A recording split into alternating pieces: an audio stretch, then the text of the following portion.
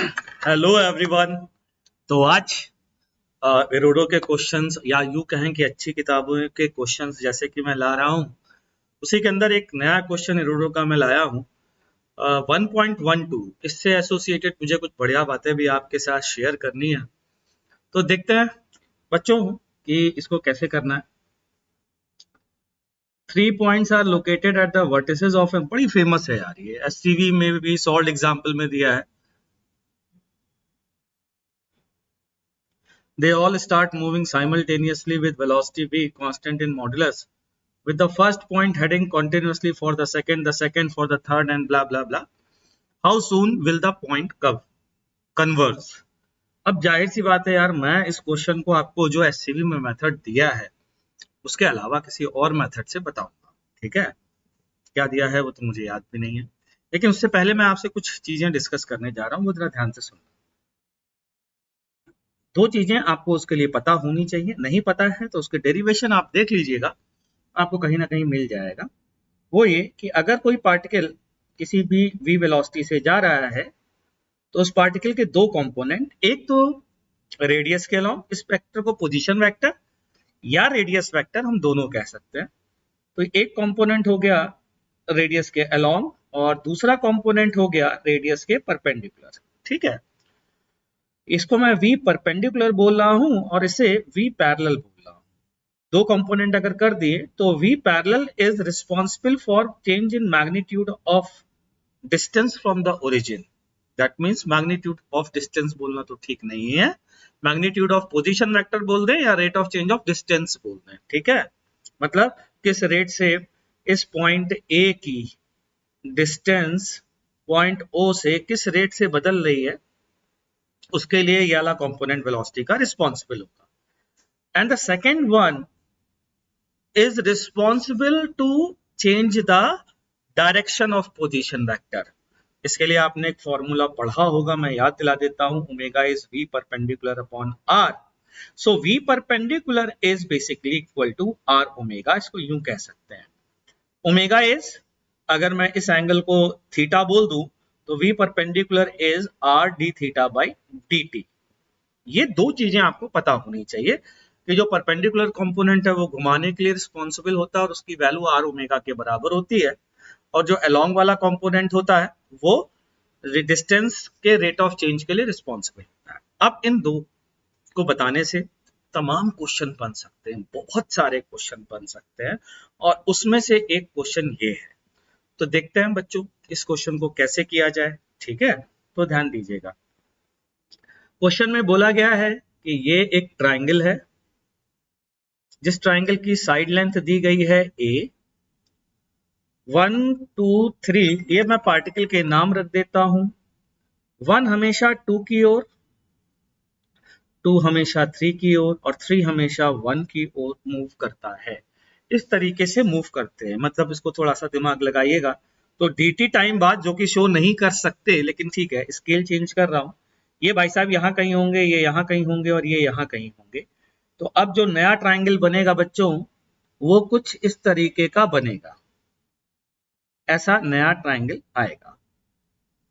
ठीक, अच्छा अब आगे बात करता हूं। फिर dt समय बाद, अब ये वाला पार्टिकल ये 1 है, ये 2 है और ये 3 है। तो अब 1 की जो डायरेक्शन है ना, अब वो पुरानी वाली 2 की पोजीशन की ओर नहीं होगी, अब नए वाले पोजीशन की ओर होगी। इसी तरीके की 2 की नए वाले 3 की ओर और 3 की नए वाले 1 की ओर। तो अब अगर थोड़ी देर बाद हम ट्राइंगल देखें तो बच्चों कुछ इस तरीके का ट्राइंगल बनेगा। एक बात तो तय है, एक बात तो तय है कि सिमेट्री की वजह से ये गारंटी है तीनों इस ट्राइंगल के सेंटर पे मिलेंगे आकर, ये कंफर्म है। और अगर ये कंफर्म है तो मजा आने वाला है। मजा कैसे आने वाला है, किसी भी इंस्टेंट पर, आप किसी भी इंस्टेंट पर चले जाओ, जब आपका मन करे आप उस इंस्टेंट पर चले जाओ। ध्यान दीजिएगा जरा, हर इंस्टेंट पर पहली बात तो जो ट्राइंगल बनेगा वो इक्विलेटरल बनेगा। सर ऐसा आपने कैसे कह दिया? अरे ऐसा ऐसे कह दिया, अगर नहीं बना तो कोई एक साइड लेंथ ज्यादा बड़ी होगी, तो उन दोनों के बीच में ऐसी क्या खास बात है जो इन दोनों के बीच में नहीं है, क्योंकि तीनों एग्जैक्टली सेम तरीके से चल रहे हैं। तो जाहिर सी बात है कि ये बात तो पॉसिबल नहीं हो सकती, इक्विलेटरल ट्राइंगल ही बनेगा। और हर इंस्टेंट पर एक पार्टिकल की वेलोसिटी दूसरे की ओर होगी तो v। अब इस समय अगर मैं सेंटर C से इसको मिला दूं बच्चों और ये एंगल निकालूं, क्या आप बता सकते हैं एंगल कितना आएगा? ये एंगल आएगा 30 डिग्री। थोड़ा बड़ा करके देख लीजिए, ये एंगल 30 डिग्री आएगा। और अभी अभी थोड़ी देर पहले बताई थी v के दो कंपोनेंट कर लीजिए, बताया था कि नहीं? एक परपेंडिकुलर वाला और एक इस डायरेक्शन वाला। आपको याद है बच्चों कि अलोंग द रेडियस वाला कंपोनेंट किसके लिए रिस्पॉन्सिबल है? तो रेडियल आउटवर्ड वाला, रेडियल आउटवर्ड था, ध्यान रख लीजिएगा। ये डिस्टेंस को बढ़ाएगा तो डाउनवर्ड वाला क्या करेगा? घटाएगा। घटाएगा कि नहीं? बाहर से देखा जाता तो मैं क्या कह सकता हूं, v cos 30 इक्वल्स टू बच्चा पार्टी dr बाई dt, जहां पर ये r है, ये r है और ये dr by dt v cos 30 के बराबर होगा। ठीक है जी। अब v cos 30 की वैल्यू हमें पता है क्या होगी, dr by dt equals to √3v by 2। √3v by 2 है cos 30 की वैल्यू, लेकिन dr बाई dt का मॉडुलस होगा इसके बराबर। कारण क्या है? r डिक्रीज हो रहा है, r डिक्रीज हो रहा है तो मैं कह सकता हूं dr by dt is equal to -√3v by 2। कि क्यों सर ऐसा कैसे कहा? अरे r डिक्रीज हो रहा ना भाई, तो ये वाला कंपोनेंट अंदर की ओर है। ठीक, सही। अच्छा ये बताइए, v चेंज हो रहा है लगातार या सेम है? सेम है। तो अगर सेम है बच्चा पार्टी, तो क्या मैं कह सकता हूं हमेशा ही सेम है तो dr बाई dt कांस्टेंट है, तो dr equals to -√3v by 2 dt। अब ये क्वेश्चन खत्म होने वाला है, पता है? आपसे पूछा जाएगा कि बताइए कितने टाइम में पार्टिकल सेंटर पे जा रहा है। ये डिस्टेंस आप स्टार्टिंग से ही निकाल सकते हैं, क्योंकि अगर ये ट्राइंगल है बच्चों तो आपको पता है ये डिस्टेंस क्या होती है। वर्टेक्स से सेंटर की डिस्टेंस याद दिलाता हूँ, वो भी याद दिलाता हूँ बच्चों। ये डिस्टेंस पूरी होगी √3a बाई 2, √3a बाई 2। ठीक। अच्छा, और ये पॉइंट जो है इसको 2:1 में डिवाइड करता है, तो ये डिस्टेंस कितनी बची? 2/3, 2/3 ऑफ √3a बाई 2, तो ये आ गई a by √3। That means starting में डिस्टेंस है a बाई √3 और फाइनल डिस्टेंस सेंटर पे मिलना है तो 0 और टाइम लगा t, तो ये आंसर यहां से कितना आ रहा है? a by √3 equals to -√3v by 2, ये भी माइनस आएगा इंटू t। तो बच्चों यहां से t की वैल्यू आती है 2a बाई 3v, ये है आंसर।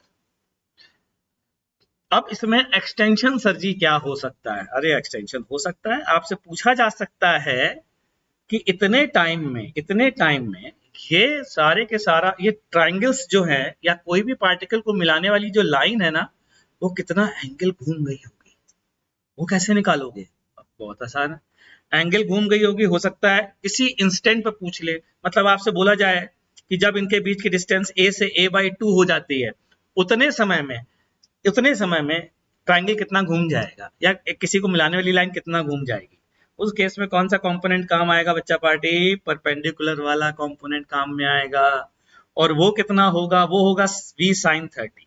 v sin 30 मतलब v बाई 2, और पता ही किसके बराबर होगा? ये होगा r d theta by dt के बराबर। और क्या आप r as a function of time यहां से निकाल पाओगे? बिल्कुल निकाल पाओगे। अगर मैं यहां पर रख दूं तो क्या मेरा काम बनने वाला है? क्या बिल्कुल बनने वाला है।